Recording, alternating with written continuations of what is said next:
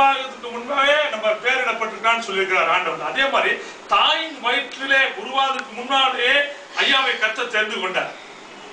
அப்போ அரசாங்க வேலை இதாயிடுச்சு, இனிமேட்டு அடுத்து என்ன பண்ணணும், சில பேர் எப்பவுமே இயற்கையா ஒரு ஜெனரலா ஒவ்வொரு மனிதனுக்கும் வருகிற பயம் இருக்கும். அதாவது அரசாங்க வேலையில் இருக்கிற வரைக்கும் ஒன்றும் தெரியாது.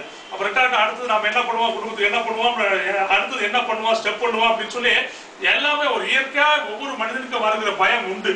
ஆனால் கர்த்தர்னால நமக்கு ஐயா பார்த்து சொல்லுகிறாரு, நான் நரை வயது வந்து உன்னை தாங்குவேன், சோம்பேன், தப்பிப்பேன்.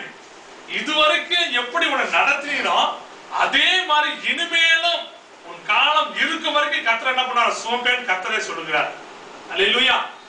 ஆகையினால நம்ம பயப்பட தேவையில்லை, சூழ்நிலையை பார்க்க தேவையில்லை. இதுவரைக்கும் கர்த்தர் எப்படி நடத்தி வந்தாரோ அதே மாதிரி இம்மானுவேலா இனிமேலும் நடத்தி நம்மளை கடன்படுத்தி கடைசி வரைக்கும் நடத்துவாராம். இது கர்த்தர் நமக்கு கொடுக்கிற வாக்குத்தத்த வசனம்.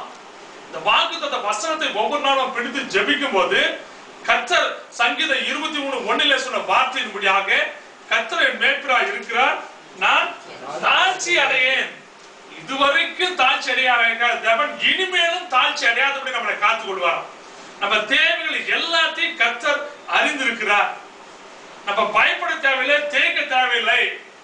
வழி நடத்துகிற தேவன் நம்ம ஆண்டவர். ஆகினால்தான் யோசுவா சொன்ன வார்த்தையின்படி நான் உன்னை விட்டு விலகுவதும் இல்லை, கைவிடுவதும் இல்லை. கடைசி வரைக்கும் கர்த்தர் நம்மளை கைவிடாதபடி நம்மளை நடத்துகிற தேவனாய் இருக்கிறார். ஆகையினாலே ரிட்டையர்மெண்ட் மூவ் ஆயிடுச்சுன்னு சொல்லி நம்ம கலங்க வேண்டியதில்லை. இனிமேல் நம்ம எதிர்காலத்தை பொறுத்து என்ன பண்ணுவோம் ஏது பண்ணான்னு சொல்லி குழம்ப வேண்டியதில்லை. ஆண்டவர் தெளிவாய் சொல்கிறார், நிறைவது வரைக்கும் நான் உன்னை சுமந்தே தீருவேன். உன்னை எவ்வளவு போராட்டங்கள் வந்தாலும் அவனை தப்பிக்க வல்லவர்களா இருக்கிறேன்.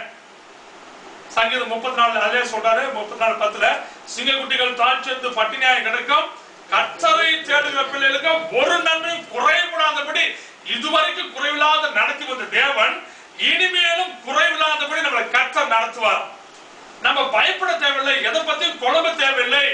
ஏனென்றால் இது சொல்லுகிறது ஒரு மனித சத்தம் அல்ல, கர்த்தராகிய தேவன் அவரை படைத்த நம்ம படைத்த ஆண்டவரே நமக்கு வாக்குத்தத்த வசனமாக வசனத்தின் மூலமாக சொல்லுகிறார். ஆகையினாலே நம்ம பயப்பட தேவையில்லை. ஆகையினாலே கர்த்தர் சொல்லுகிற ஆலோசனை என்னன்னு கேட்டீங்கன்னா, நீ சோத்தரித்து துதித்து ஆசீர்வாதத்தை பெற்றுக்கொள் என்று கர்த்தர் சொல்லுகிறார். ஆகையினால நம்ம பயப்பட தேவையில்லை, தேக்க தேவையில்லை. இனிமேட்டு ரிட்டையர்மெண்ட் ஆயிடுமே சொல்லி ஒரு குழப்பமோ ஒரு திகிலோ தேவைப்பட வேண்டியதில்லை. ஏன்னா கர்த்தர் தெளிவாய் சொல்கிறார், நான் உன்னை நடத்தின தேவன், இனிமேலும் நடத்துகிற தேவன். மனிதன் கைவிட்டாலும் சரி, கர்த்தர் கைவிடாத தேவனா இருக்கிறார்.